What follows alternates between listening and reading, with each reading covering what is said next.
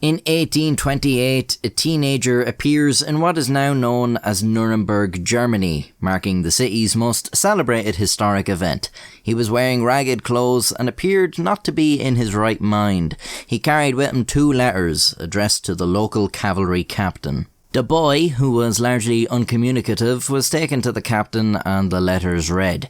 The first, claimed to be from the boy's mother, explained that his name was Kaspar Hauser. He was born on the 30th of April 1812, and his father, who was now dead, was a cavalryman. The second claimed to be from an anonymous caretaker, who said he had taken the boy in as an infant on the 7th of October 1812, under instructions to teach him reading, writing and the Christian religion. He had also been instructed to never let the boy leave his dwellings, but he had obviously recently given up on that part and invited the captain to either train the boy as a cavalryman like his father, or hang him, whichever he preferred.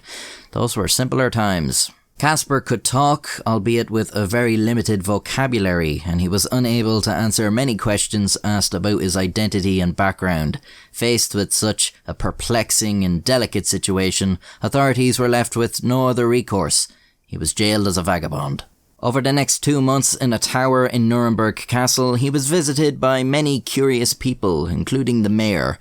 Kaspar was around 16 years old and in good physical health, though his lacking communication skills led people to believe he was mentally challenged. Unusually, he would only eat bread and water and refused any other food. It was first assumed he was some sort of feral child, but as the mayor spoke with him, his poor speaking and writing skills began to improve.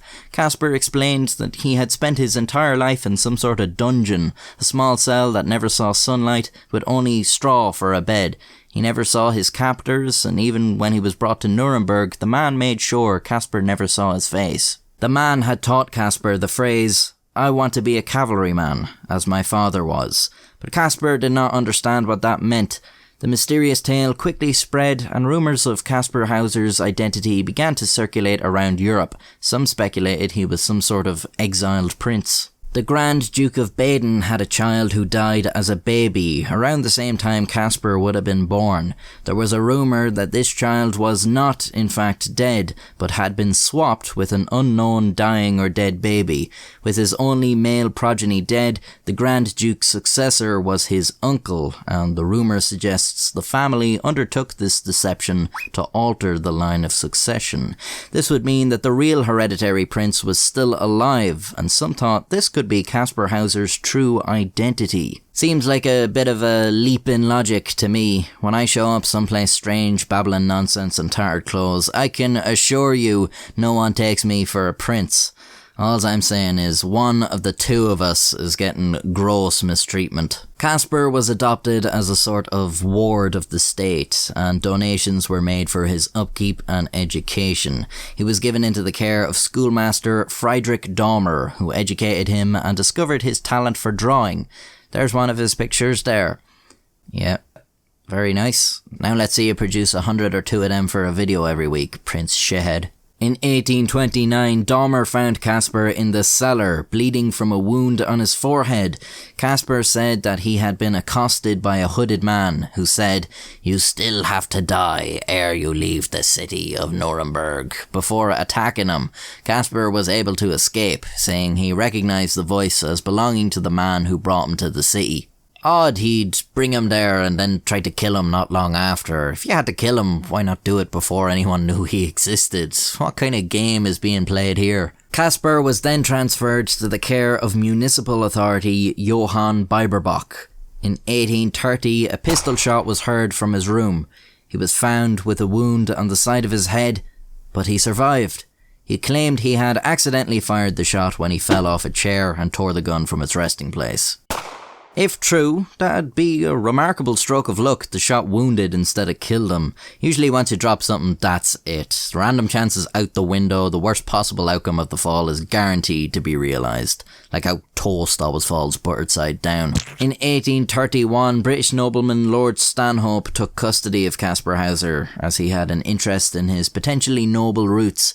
He spent a load of money trying to learn more about his origin, these being the days before he could just spit in a tube and mail it off to an ancestry website. He even organised trips to Hungary with the chap to see if he came from there.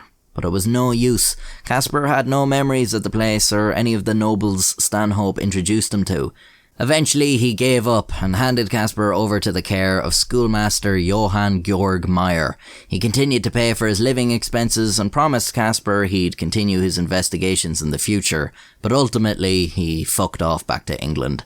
There's a phrase that will never get old. In 1833, Kaspar came home with a deep wound in his chest. He'd been stabbed. He said a stranger had lured him over to give him a small bag, and as he did so, he knifed him. Inside the bag was a note, its contents in mirrored writing. Hauser will be able to tell you quite precisely how I look and where I am from. To save Hauser the effort, I want to tell you myself where I come. Blank blank. I come from blank blank blank. The Bavarian border, blank blank. On the river, blank blank blank blank blank. That's a pretty universal language right there. Blank my blank and blank you. I will even tell you the name. M-L-O, umlaut. Kaspar Hauser died of his injuries just a few days later. What does it all mean? Was Kaspar truly the heir to some royal bloodline, exiled and eventually assassinated to keep him from taking his rightful place on the throne? Possibly, but it doesn't look too likely to me. Historians generally agree that the Prince of Baden baby swap story is ludicrously far-fetched and lacking any evidence. Another thing generally agreed upon is that he was an annoying little shit. He came to bad terms with practically all of his hosts, as they would grow tired of his lying and acting out. By the time they parted, most of his caretakers came to the belief that his whole story was a ruse. Also, had he truly spent all his life in a darkened cell, he would have been a lot more mentally and physically debilitated than he was found to be. You don't spend your life without exposure to the sun and then come out skipping and whistling. And what about his multiple injuries over the years? Many people believe this was just part of his acting out, as all of these occurrences happened not long after a falling out with his hosts. It's believed his injuries were self-inflicted as a way to draw sympathy and attention, as well as to add a new development to his mysterious origin story. The note that accompanied his death contained a couple of spelling and grammatical errors that were common to Kaspar's writing, and it was folded in a triangular pattern he often used for his letters. It's thought he had been performing another attempted assassination routine when he stabbed himself a bit deeper than he had meant to, accidentally resulting in his death. So what's the truth? Nowadays, he's widely regarded as a fraud, but I do wonder how much of this was calculated scam and how much was legitimate mental issues. He was intolerable to many due to his melodramatic misbehaviour, and it would have definitely taken some real conviction to self-inflict the injuries he was found with. I mean, it's not easy to willingly give yourself a deep stab wound in the chest. Your brain, if it's in sound state, is trying its best to prevent you from doing it. Try it yourself. Wait, no. Edit that out of the video. So maybe his story was all bullshit, and maybe he was playing everyone. But maybe a mental illness caused him to really believe all this stuff. Or maybe he suffered from a less severe mental illness, and he knew he was lying, but he couldn't help himself. It's even possible that his story was true. But even if it wasn't, we still don't know who Kaspar Hauser really was, or where he really came from. He's left a small, mysterious mark on history that's still discussed 200 years later.